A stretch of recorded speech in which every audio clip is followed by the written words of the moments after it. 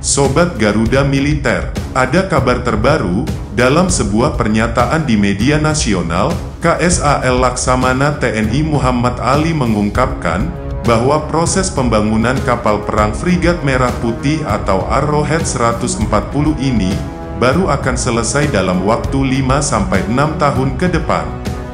Pada tanggal 25 Agustus lalu, netizen Indonesia telah mendapatkan kabar baik tentang peletakan lunas unit perdana kapal Frigat Merah Putih oleh PT PAL Indonesia.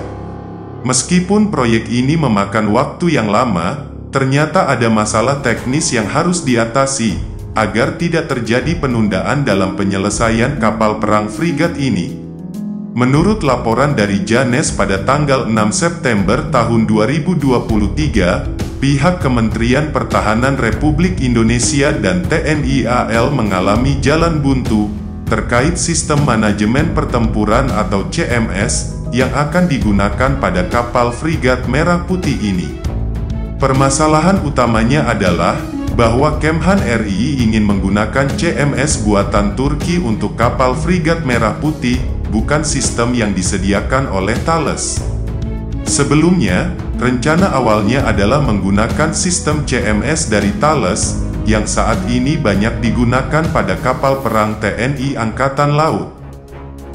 Nah, Sobat Garuda Militer, kontrak untuk pembangunan 2 unit kapal frigat turunan dari kelas Iver Huitfeldt ini ditandatangani oleh Kementerian Pertahanan RI dengan PT PAL Indonesia pada bulan April tahun 2020 lalu, tetapi baru mulai berlaku efektif pada Mei tahun 2021 setelah pendanaannya disetujui.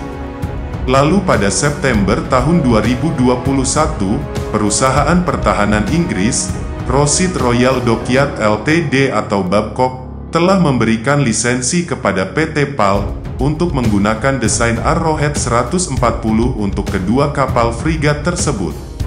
Desain ini berasal dari 3 kapal kelas Iver Huitfeldt milik Angkatan Laut Kerajaan Denmark, yang telah beroperasi antara Januari dan November tahun 2011. Sebagai informasi, kapal perang Frigat Merah Putih ini diperkirakan memiliki berat sekitar 5.996 ton pada muatan penuh, dan panjang keseluruhan sekitar 140 meter.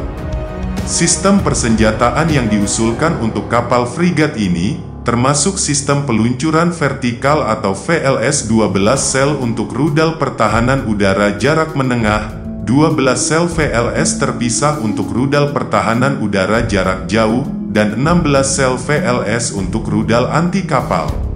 Selain itu, kapal frigat ini juga akan dilengkapi dengan 2 buah meriam kaliber 76 mm, dan meriam CIWS kaliber 35 mm. Nah, Sobat Garuda Militer, awalnya, kontrak yang ditandatangani pada April tahun 2020 meminta penggunaan komponen elektronik buatan Thales, termasuk sistem CMS dan radar utama, sesuai dengan kebutuhan TNI Angkatan Laut. Hal ini bisa dipahami, karena beberapa kapal perang TNI AL telah menggunakan CMS buatan Thales, seperti kapal kelas Frigat Marta Dinata dan korvet kelas Diponegoro. Pihak Thales juga bekerja sama dengan perusahaan BUMN, yaitu PT Land Industri, dalam penggunaan solusi CMS dan perangkat radar ini. Namun, Kemhan RI lebih memilih untuk menggunakan CMS Advent dari perusahaan Turki, yaitu Havelsan. Keputusan Kemhan RI untuk menggunakan CMS Advent dari Havelsan Turki ini menjadi poin kontroversial dalam proyek pembangunan kapal Frigat Merah Putih.